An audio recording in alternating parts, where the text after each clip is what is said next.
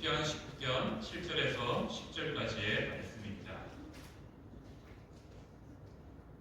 함께 읽도록 하겠습니다. 함께 읽습니다. 여호와의 율법은 완전하여 영혼을 소성시키며 여호와의 증거는 확실하여 무둔한 자를 지혜롭게 하며 여호와의 경우는 정직하여 마음을 기쁘게 하고 여호와의 계명은 순결하여 눈을 밝게 하시도다. 여호와를 경외하는 분은 정결하여 영혼까지 이루고 여호와의 법도 진실하여 다 이루니 금 곧 많은 순금보다 더 상호할 것이며 꿀과 송이꿀보다 더 달도다. 아멘. 우리 교단은 보신교단이죠. 장로교에 속한 보신교단입니다. 우리 교단의 형성에 있어서 중요한 인물 중에 한 명이 바로 한상동 목사님이죠. 아마 이름은 다 들어보셨을 테고 얼굴은 처음에는 분들이 있을 거고 살아생전에 한번 얼굴을 뵀던 분들도 분명히 있을 거라고 생각되어집니다. 우리가 한상동 목사님의 이야기론을 말씀을 시작하고자 합니다. 한상동 목사님은 하영제의 집안에 태어났습니다. 형편이 어려워서 모천 당숙에게 양자로 입양되어서 그 과정에서 어렵고 힘들게 자랐습니다. 그의 삶이 막 평탄하지 않았다는 것을 한 예로 21살 되던 때 너무 삶이 힘들어서 자살까지 결심하면서 그렇게 살아갔던 삶이 한상동 목사님의 삶입니다. 하지만 하나님께서 그의 생명을 지키시고 24세, 24살이 될 때 부산의 다대교회에 출석하게 되었고요. 1년 이후에 세례를 받게 하심을 통하여서 한상동 목사님은 이제 완전히 다른 삶, 이전에는 예수님을 알지 못했던 삶이 예수님을 믿음으로 완전히 달라진 삶을 살게 됩니다. 그런데 안타까운 것은 한상동 목사님이 예수님을 믿고 나서 삶이 평안해졌을까요? 아닙니다. 오히려 더 큰 시련이 다가오게 됩니다. 예수님을 믿는다는 이유로 자기 가문에서 제명을 당합니다. 그리고 집에서는 쫓겨나게 됩니다. 오갈 데 없는 신분이 되었다는 것이죠. 그럼에도 이 한상동 목사님은 이 일 가운데 소망을 가지고 할 수 없이 떠난 이 집, 결국 나는 할 게 무엇인가 라고 고민했을 때 다른 지역으로 가서 전도인의 삶으로 살아야겠다, 예수님을 증거하며 살아야겠다라고 살며 그렇게 전도인으로 살게 되었습니다. 그러던 와중 우리가 잘 아는 일제 치하에 신사참배를 강요하는 일이 행해지게 되었습니다. 이러한 신사참배의 강요 가운데 주님께 영광만 된다면 신사참배 반대로 죽어도 좋습니다라는 결단을 하게 됩니다. 그렇게 한상동 목사님은 한국교회 가운데 신사참배 반대 운동에 앞장섰고 우리 고신교단의 형성에 앞장서는 인물로 서게 됐습니다. 그래서 우리 고신교단은 신사참배를 반대한 그런 교단이다라는 자랑으로 살아가고 있습니다. 그렇게 살 수 있었던 배경에 바로 한상동 목사님이 마음에 품고 있던 한 구절의 말씀이 있었습니다. 함께 읽어볼까요? 내가 너희에게 공부한 모든 것을 가르쳐 지키게 하라.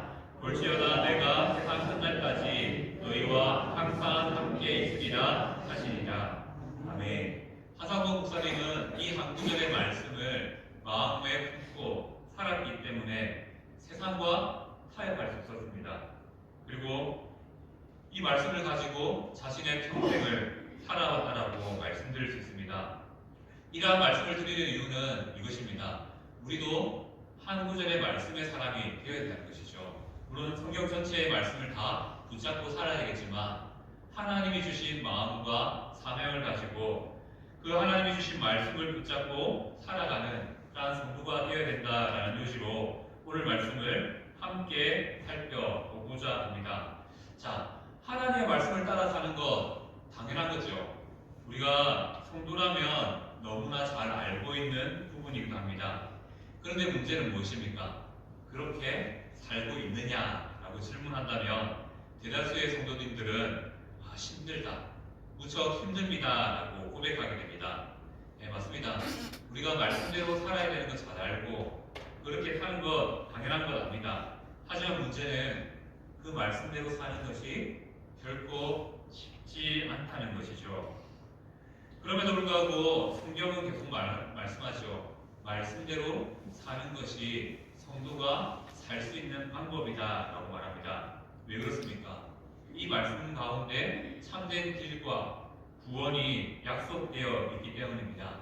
그리고 예수님은 이 말씀을 이렇게 말씀하시죠. 예수님과 비교해서 이렇게 말씀하십니다. 뭐라고요? 함께 읽겠습니다. 내가 곧 길이요 진리요 생명이니 나로 말미암지 않고는 아버지께로 올 자가 없느니라 라고 말씀합니다. 말씀은 예수님 말이 구원을 위한 참된 길이고 생명이라고 말씀합니다.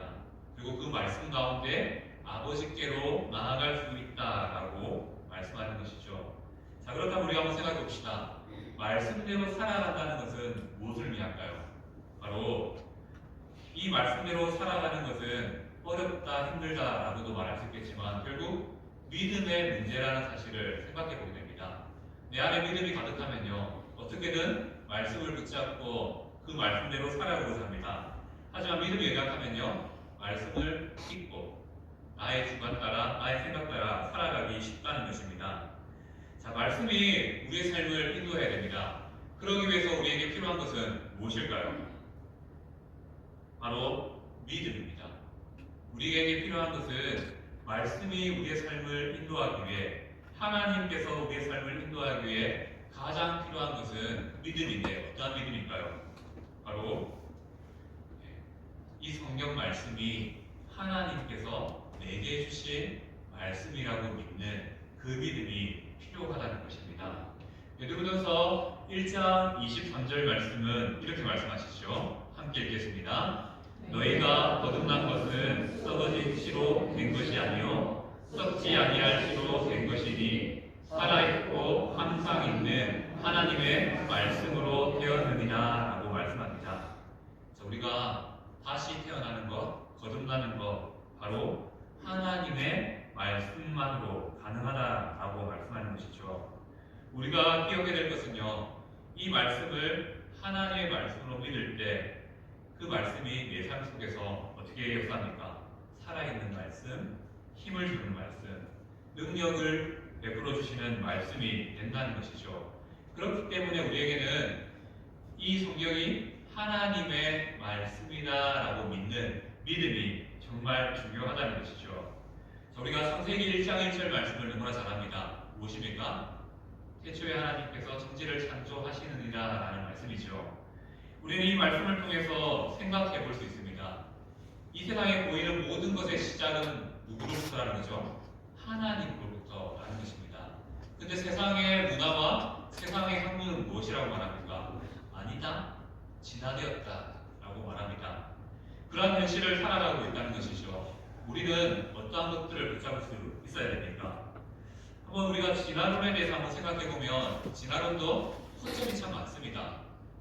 세상은 이게 변하고 변화돼서 지금 인간이 되었다라고 말하지만 진화론의 한계가 있습니다. 진화론이 첫 번째 입었던 한계는 무엇이냐면, 그들이 진화했던 게 무엇이냐면 아무것도 없었는데 무엇인가가 생겨났다라고 말합니다. 그런데 이건 과학적으로도 증명되지 않고 옳지 않거든요. 그래서 진화론이 변화되게 되었습니다. 아무것도 없는 것에서 생겨나는 그런 진화가 아니라 무엇인가가 하나 있었는데 그것이 굉장한 폭발을 일으키면서 그 폭발력에 의해서, 힘에 의해서 생물이 생겨났다. 빅뱅 이론이죠. 지금의 진화론의 빅뱅 이론입니다. 그런 이론으로 바꿨습니다. 그런데 진화론의 한계가 뭡니까? 그러면 그 폭발한 첫 물질은 어디서 왔느냐? 이걸 증명하지 못합니다. 근데 성경은 말하죠. 이 세상을 만드신 분이 계신다. 누구라고요? 바로 하나님이라고 말합니다. 이렇게 우리는 말씀을 통해서 이 세상의 모든 일들 가운데 진리가 무엇인지 깨달을 수 있다는 것이죠. 그리고 한 번에 유추하는 과정이지만 이 사실을 통해서 우리는 생각해 볼 수 있습니다. 그래, 진화론도 모르가 많은데 성경을 보니까 이 세상의 시작이 하나님으로부터라고 한다. 그것으로부터 우리는 믿음을 가질 수 있다는 것이죠. 바로 창세기 1장 1절의 말씀을 우리가 믿음으로 받을 수 있다는 것입니다. 왜 이것이 중요하냐면요, 바로 이 세상을 만드신 분이 하나님임을 믿는 동시에 우리에게 일어나는 믿음의 역사가 있습니다. 성경에 나온 모든 이야기들이 가능한 일이다. 그냥 기적을 설화를 적어놓은 것이 아니라 실제로 우리의 삶에 이루어진 일들을 기록한 책이라는 것을 믿게 됩니다.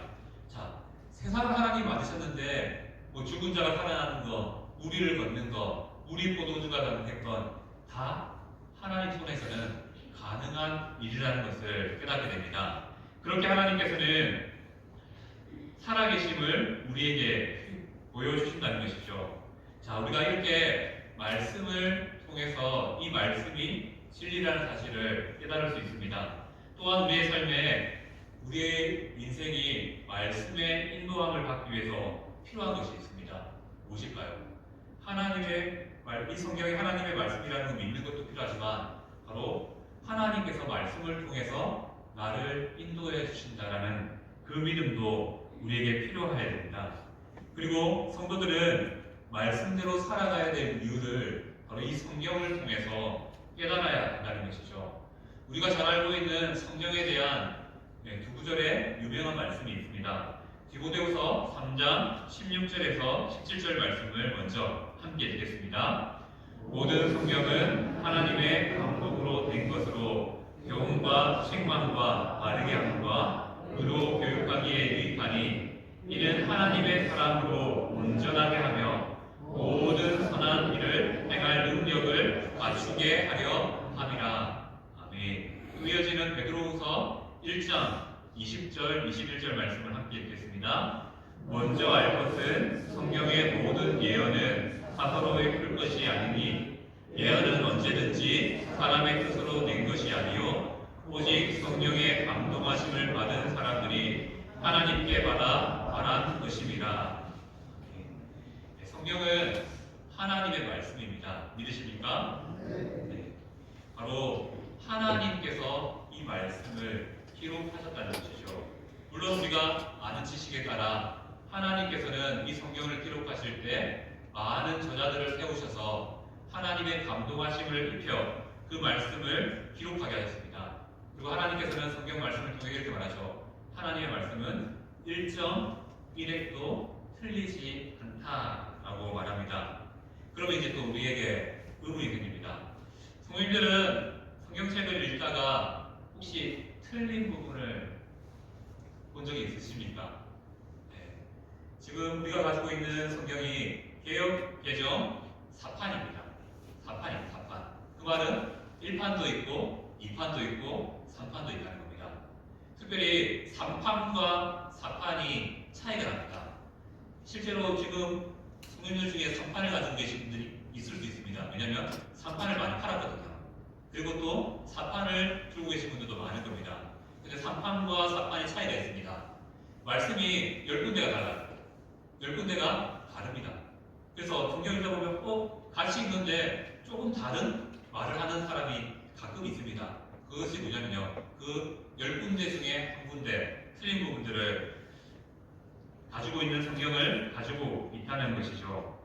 이렇게 우리가 가진 이 성경 분명히 1.1획을 틀리지 않았다고 했는데 번역 과정에서 지금 우리에게 전달되는 과정에서 분명히 실수가 있을 수 있고 다름이 있을 수 있습니다. 그러나 우리는 이 사실을 기억해야 됩니다.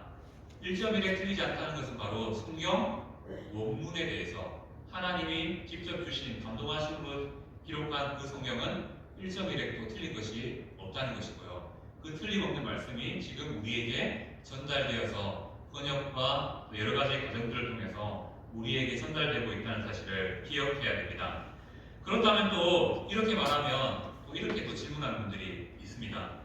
지금 성경 원문이 한 번도 우리에게 전달되지 않습니다. 우리가 보고 있는 성경은 사본이라고 하죠. 원본을 옮겨 적은 말씀만 우리에게 전달되고 있습니다. 그래서 혹자는 이렇게 말하더라고요. 이 성경이 사람이 옮겨 적는 과정 가운데 분명히 실수가 있을 것이다.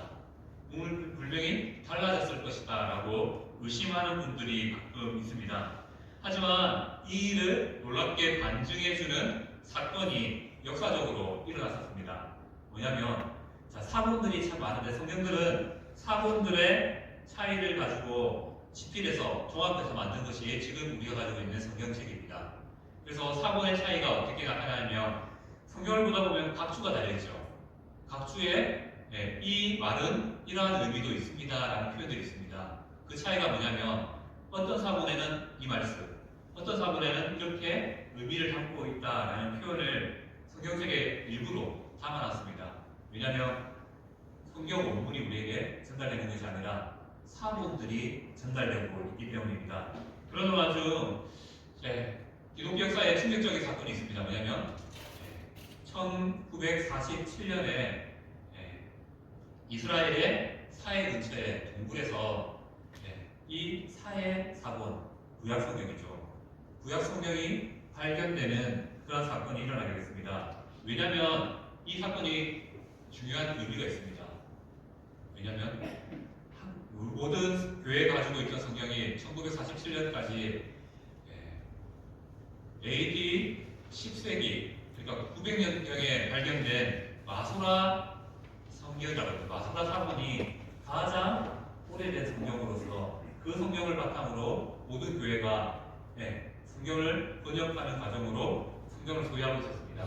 그런데 사회 사본이 가진 의미가 뭐냐면 이 사본은 BC 1세기에서 AD 70년 예수님이 살았던 그 생애 앞뒤로 해서 만들어졌다라고 여겨지는 사본입니다. 그래서 실제로 교회들이 900년경에 가지고 있던 이 성경 말씀을 가지고 있었기 때문에 1000년이라는 간격이 있는 이 사회 사본이 발견되었을 때 우려가 많았습니다. 그래서 교회에서는 어떤 우려를 가지고 말했냐면 이거 꺼내보지 말자.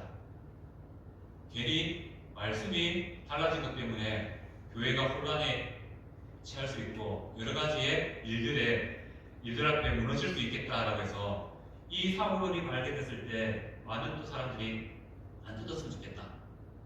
이 말씀을 안 봤으면 좋겠다라고 한 사람도 있습니다.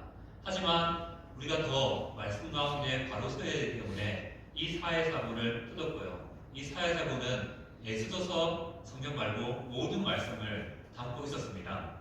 그런데 감사한 것은 이 사회사본과 마소라 사본이라고 하는 이 1000년의 간격이 있는 이 두 사본을 비교했을 때 감사하게 차이가 얼마 없다는 겁니다. 그 차이가 바로 우리 성경에 담겨 있는 각주 차이입니다. 그만큼의 차이밖에 없다는 겁니다. 그래서 모든 전체의 흐름에 있어서는 달라진 게 없고요. 그냥 하나 정도 그 사람 봤을 때 그가 들어가고 빠지고 그 정도의 차이만 있는 것이 발견되었습니다. 이것이 의미하는 것이 무엇입니까? 성경 말씀처럼 하나님께서 친히 우리에게 주실 말씀을 지키시고 보존하시고 섭리하셨다라는 것을 담고 있습니다. 시편 119편을 보면 여호와여 주의 말씀은 영원히 하늘에 굳게 섰사오며 마가복음 13장 말씀은 천지는 없어지겠으나 내 말은 없어지지 아니하리라. 베드로전서 1장 25절 말씀은 오직 주의 말씀은 세세토록 있도다 하였으니 너희에게 전한 복음이 곧 말씀입니다 라고 말합니다. 이렇게 하나님께서는 우리에게 전달된 이 말씀을 친히 지키시고 보호하셨다는 것이죠. 비록 사람들에 의해서 기록되어지고 전달되어진 이 사본들이 전달된 성경이지만 그 원문과 거의 차이가 없는 그 말씀을 우리가 소유하고 있고 보고 있다는 것입니다. 바로 하나님의 말씀처럼 천지가 없어져도 하나님의 말씀은 없어지지 않는다라고 말씀하시는 것이고요.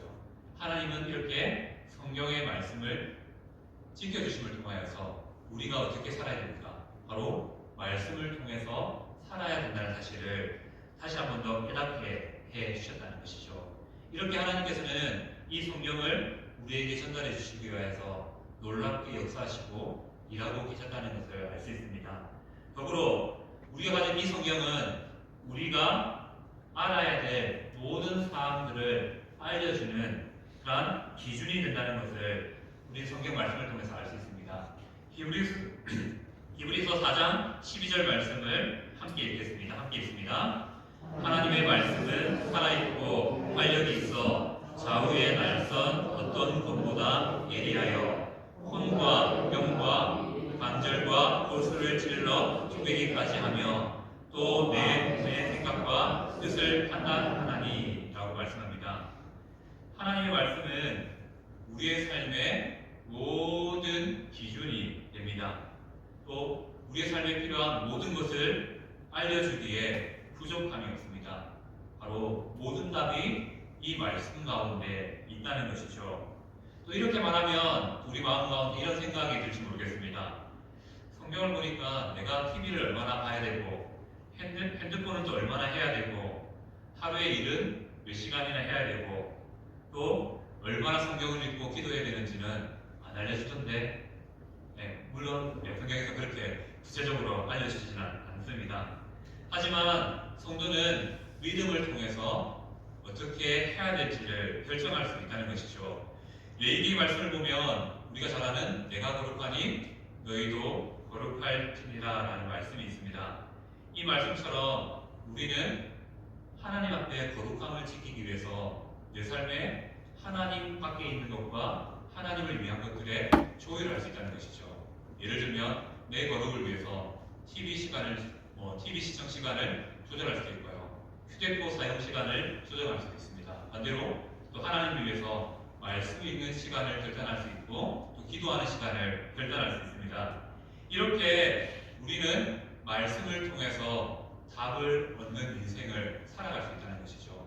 성경 속에 이렇게 모든 답이 담겨 있습니다. 물론 믿음의 분량을 따라 하나님께서 다르게 말씀해 주실 거고요. 다르게 인도해 주실 겁니다. 하지만 분명한 것은 모든 답이 우리가 고민하고 생각하는 모든 답이 성경 속에 있다는 사실을 우리는 믿어야 합니다. 그리고 이 말씀은 우리에게 또 이렇게 역사하시죠. 함께 읽겠습니다. 하나님의 말씀은 다 순전하며 하나님은 그를 의지하는 자의 방패시니라. 그리고 하나님의 말씀은 우리를 지켜주시는 방패가 된다라고 말씀하고 있습니다. 우리가 세상 가운데 서면 수많은 공격 가운데 서 있게 됩니다. 때로는 우리를 무릎 꿇게 만드는 일들, 우리를 비참하게 만드는 일들, 또 때로는 나를 창피하게 만드는 일들을 마주하게 됩니다. 그럴 때 하나님의 말씀이 우리 가운데 있으면 어떠한 은혜가 있습니까?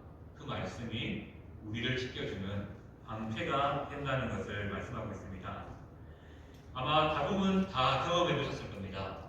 말씀이 주시는 위로와 힘을 경험해 보셨을 겁니다.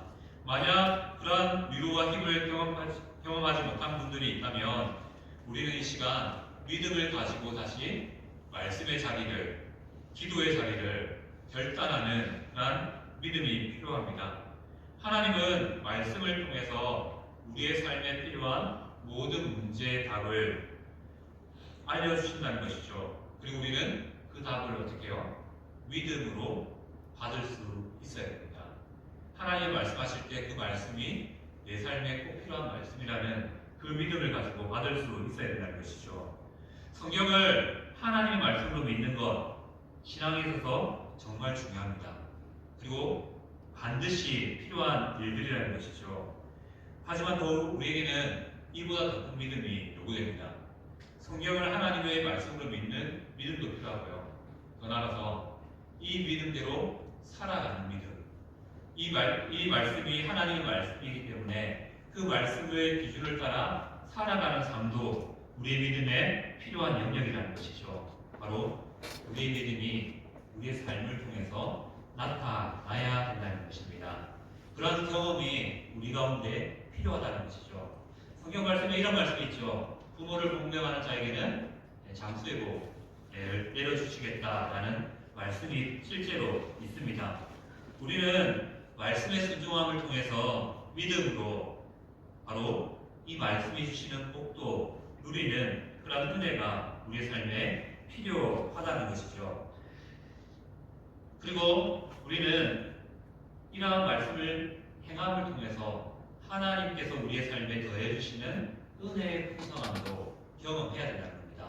물론 기복이 되면 안 되겠죠. 내가 어떻게 되기 위해서 말씀에 순종하는 것이 아니라 하나님을 사랑하기 때문에 하나님의 뜻이 나의 삶을 통해서 이루어지기를 원하면서 행하는 그 삶을 살아갈 때 그 순종을 통해서 하나님께서 덧입혀 주시는 은혜를 경험할 수 있다는 것입니다.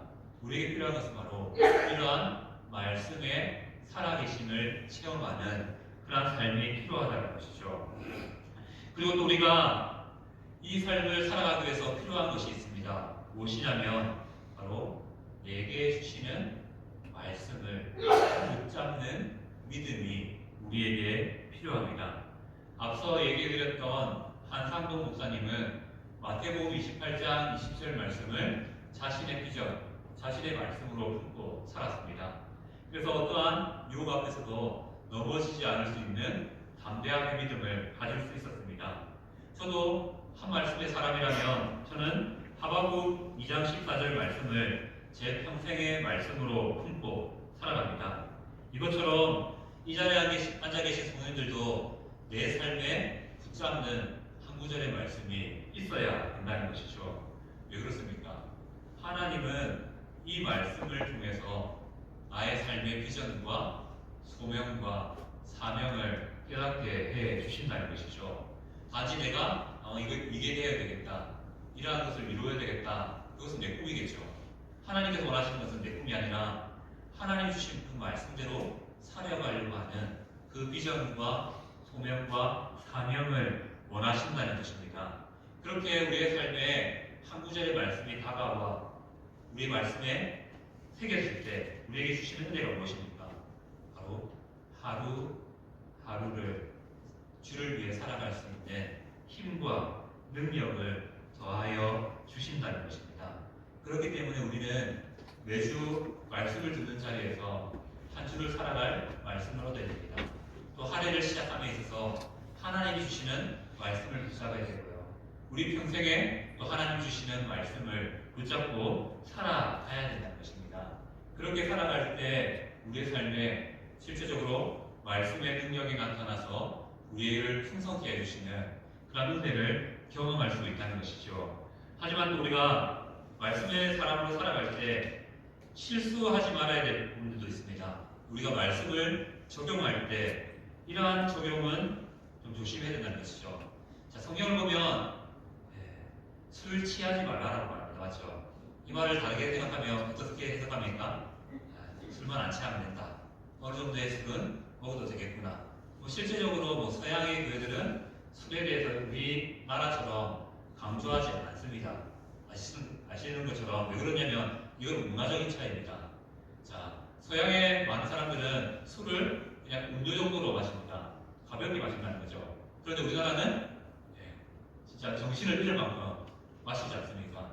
그런 문화가 우리 가운데 있었기 때문에 초기 선교사님이 들어와서 이 술 취하지 말라는 것을 어떻게 하냐면 술 마시지 말라고 해석하게 됩니다. 왜냐하면 술을 마시고 교회 가운데 실수하는 사람들이 너무 많은 겁니다. 형제를 향하여서 해를 입히는 사람들이 너무 많은 겁니다. 그래서 한국 교회 교인들은 술을 마시지 않는 것이 좋겠다라고 해서 금주 운동을 시작했고요. 그것이 또 우리 민족의 독립을 위한 자금을 모으는 계기가 되어서 또 이 많은 유익을 끼치는 사건이 되기도 했습니다. 그래서 교회 사람들은 술, 담배를 하지 않는다는 그 분위기가 바로 그러한 나라를 사랑하면서 또 교회를 사랑하며 지체를 사랑하던 그 마음 가운데 나타났던 결과입니다. 그래서 술 취하지 말라라는 말씀 어떻게 적용한다고요? 술만 안 취하면 되겠구나 라고 적용하는 이러한 어리석은 실수는 없어야 된다는 것이죠. 그리고 또 이단에서 또 하는 적용이 있죠. 신천지는 계시록에 14만 4천 명에 너무 매몰되어 있습니다. 그래서 이 14만 4천 명을 모으기 위해서 진짜 노력을 많이 했거든요. 그런데 어느 순간 14만 4천 명이 넘었습니다. 어떤 일이 일어날까요? 말씀을 다시 해석해야 되는 거예요. 왜냐하면 자기들은 14만 4천 명만 모이면 된다고 생각했는데 자기의 교인들이 14만 4천 명이 넘으면서 이거는 다시 해석하는 방법으로 나가게 됩니다. 그래서 신천지도 14만 4천 명을 주장하다가 14만 4천 명을 좀 넓게 열어놓았습니다. 그렇게 자신들의 유익을 따라서 이렇게 적용하는 실수를 범해서는 안 된다는 것이죠. 제일 심한 말씀 적용이 뭔지 압니까? 특별히 우리 교회, 우리나라 가운데 좀 많긴 한데 다른 나라보다 좀 많긴 한데 예수님이 다시 오신다라는 이 말씀을 자기에게 적용하는 거짓 예수들이 참 많습니다. 안 그럴 것 같죠? 예수님이 다시 오신다는 이 말씀이 있었기 때문에 자기가 혼자 가만히 있다가 깨달음을 얻게 되면 내가 예수구나, 내가 재림한 예수다라고 말하면서 실제로 많은 이단에서 자기가 재림 예수다라고 말하면서 잘못된 적용으로 말씀을 사용하는 경우가 많습니다. 제가 이 말씀 드린 이유는 그냥 우스갯소리로 한 것도 있습니다. 하지만 어떻게 보면 우리의 말씀을 향한 우리의 신앙의 현주소가 이런 모습이 아닐까라고 생각해 보게 됩니다. 우리는 말씀을 이해하기 위해서 말씀을 전체적으로 읽는 훈련도 필요합니다. 그리고 그 말씀을 바른 뜻을 이해하기 위한 노력도 필요하다는 것이죠. 바로 이것이 우리에게 필요한 말씀을 가까이 하는 삶의 필요성이라는 것입니다. 우리가 하나님 말씀 한 구절 들고 사는 것도 힘이 되겠지만 그 말씀을 바르게 이해하려고 하는 것, 그런 노력들이 우리의 삶에 필요하다는 것입니다. 그래서 우리는 어쨌든 하나님의 말씀을 가까이 하는 삶을 살아야 됩니다. 왜 그렇습니까? 바로 이것이 하나님을 가까이 하는 삶이기 때문입니다. 우리의 성도의 삶으로서 하나님의 말씀을 우리 가운데 가까이 할 때 어떤 은혜가 나타납니까? 하나님도 우리를 가까이 하여 주시는 은혜가 우리의 삶에 실제적으로 나타나게 된다는 것이죠. 그래서 우리는 말씀을 붙잡고 살아가는 사람이 되어야 됩니다. 그것이 다른 말은 뭡니까? 하나님을 붙잡고 사는 삶이고요. 다르게 말하면 하나님이 우리를 붙잡고 계시는 방법입니다. 그래서 말씀이 들리고 말씀을 간직하고 살아가는 그 삶 위에 하나님이 함께하여 주시는 놀라운 은혜가 나타난다는 것입니다. 더불어 시편 오늘 읽었던 19편 10절 말씀은 이렇게 말하죠. 한번 같이 읽겠습니다. 금 곧 많은 수소보다 더 사모할 것이며 꿀과 송이꿀보다 더 달도다. 아멘. 하나님의 말씀이 우리에게 이러한 은혜로 다가와야 된다는 것입니다. 많은 승분 뭐겠습니까? 돈보다 말씀이 중요하다는 것을 깨닫는 은혜가 필요합니다. 그리고 이 말씀이 돈만큼 중요한 힘이 있다는 것, 그것을 깨닫는 은혜가 필요합니다. 그러기 위해서 어떻게 됩니까? 우리가 말씀을 가까이 해야 된다는 것이죠.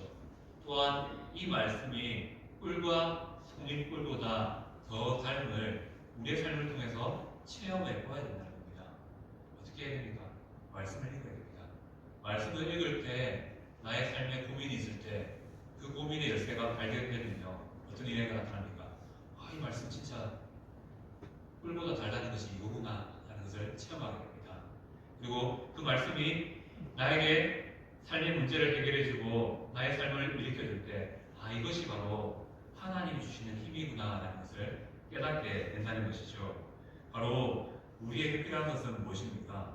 이러한 은혜를 경험하기 위해서 우리는 이 성경책을 가까이 하는 훈련이 필요하다는 겁니다. 자, 우리가 새해가 시작되고 이제 3주라는 시간이 흘러갔습니다. 올해 성도님들의 삶 가운데 이런 바램들이 좀 있었으면 좋겠습니다. 물론 다 잘하고 계시겠지만 올해는 꼭 이 성경을 한번 읽어보겠노라, 일독해보겠노라라는 다짐이 있었으면 좋겠습니다. 그래서 정말로 우리가 하나님을 말씀을 가까이 함을 통해서 하나님이 내 인생 가운데 가까이 와서 우리 삶을 지켜주시고 인도해 주시는 그 경험이 풍성한 삶이 올 한 해 후반기, 전반기의 삶이 되기를 간절히 소망합니다. 그러기 위해서는 이 말씀이 우리 삶에 가까운 자리에 있어야 됩니다. 어떻게 해요? 제일 잘 보이는 데 성경을 두셔야 됩니다. 집에서 제일 가까운데 내 삶의 자리에 제일 가까운 자리에 이 성경책이 있어야 된다는 것이죠. 왜 그렇습니까? 성경이 보이면요 고민하게 되거든요. 한번 읽으라고 했는데 읽어야 되겠다라는 마음이 듭니다. 그런데 성경이 보이지 않는 가방 속에 있으면요 일주일 동안 감추어진 보물이 됩니다. 그리고 주일만 발견되면 보물이 된다는 것이죠. 물론 물론 그것도 어느 정도 값지을 수 있겠지만 하나님께서 정말 원하시는 것은 무엇입니까? 내가 스스로 말씀을 가까이 할 줄 아는 그러한 신앙을 원하신다는 것이죠. 그러한 신앙이 우리에게 필요하다는 것이죠. 성경을 가까이 두라고 했다고 해서 또 혹여나 이렇게 적용해서는 안 됩니다. 일주일 동안 성경 덮어지만 계속 묵상하는 겁니다. 내 성경책이 이렇게 생겼구나, 이렇게 써 있구나, 이건 아니죠. 하나님께서 원하시는 것은 성경을 펴서 그 말씀을 읽는 묵상, 그런 묵상을 원하신다는 것을 기억했으면 좋겠습니다. 우리가 이렇게 성경책을 눈앞에 두고 보는 것을 뛰어넘어서 읽음을 통해서 그 말씀이 내 삶의 힘이 되고 능력이 되고 또 하나님이 나와 가까이 하시는 방법이 되는 그러한 은혜가 우리 삶 가운데 있기를 간절히 소망합니다. 이제 우리가 3주라는 시간이 다 흘러가고 있습니다. 우리의 삶에 늘 무너지는 시점들이 있죠. 3일이라는 이 시간을 잘 못 넘고요. 또 일주일이라는 한 달이라는 시간을 잘 넘기지 못하는 것이 우리의 연약함입니다. 신앙에 있어서의 결단도 그렇더라고요. 새해 들면서 이제 기도의 자리를 지켜야지 하지만 육신의 연약함 때문에 쉽지 않습니다. 또 말씀의 자리를 지켜야지라고 말하지만 또 여러 가지의 바쁨 통해서 그 삶이 쉽지 않음을 보게 됩니다. 그래서 우리가 오늘 시간, 비록 3주라는 시간이 지났지만 다시 한 번 더 하나님의 말씀에 대한 이 설교를 통해서 우리 안에 다시 한 번 더 결단이 있길 소망합니다. 어떤 결단이냐면요, 올 한 해는 꼭 성경을 한번 읽어내겠노라라는 결단입니다. 힘든 사람도 있는 거 압니다. 그래서 요즘에 좋은 재료들이 참 많습니다. 유튜브를 틀면요, 성경을 재미있게 읽어주는 프로그램들이 참 많습니다.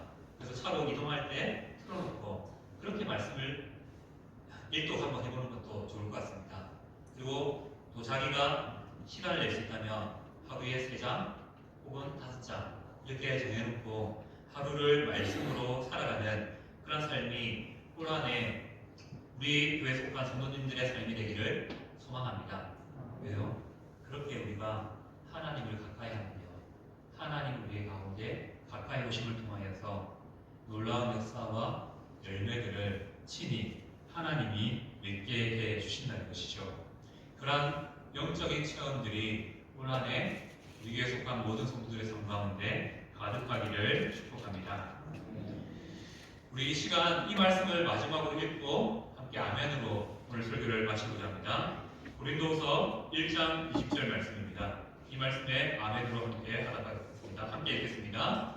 하나님의 약속은 얼마든지 그리스도 안에서 예가 되니 그런즉 그로 말미암아 우리가 아멘하여 하나님께 영광을 돌리게 되느니라. 하나님의 말씀이 우리의 삶에 들려질 때, 읽혀질 때 아멘으로 화답하면요, 그것이 하나님께서 우리에게 원하시는 하나님의 영광이 되는 삶이라고 말씀하고 있습니다. 올 한해 삶의 자리에서 또 예배의 자리에서 말씀을 향한 아멘의 은혜가 넘치는 성령 되시기를 축복합니다. 아멘.